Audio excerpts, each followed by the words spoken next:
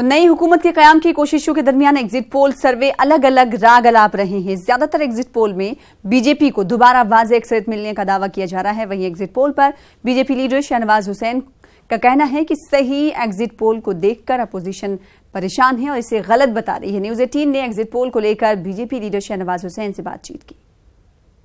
Exit poll के नतीजों से साफ हो गया है कि एक बार फिर केंद्र में बीजेपी की सरकार बनने जा रही है, एनडीए की सरकार बनने जा रही है। देखिए, देश ने जो सोचा था, जो सपना देखा था, वो पूरा हो रहा है। नरेंद्र मोदी फिर से प्रधानमंत्री बनने जा रहे हैं, क्योंकि पूरे देश ने नरेंद्र मोदी जी को प्रधानमंत्री बनाने के लिए वोट किया।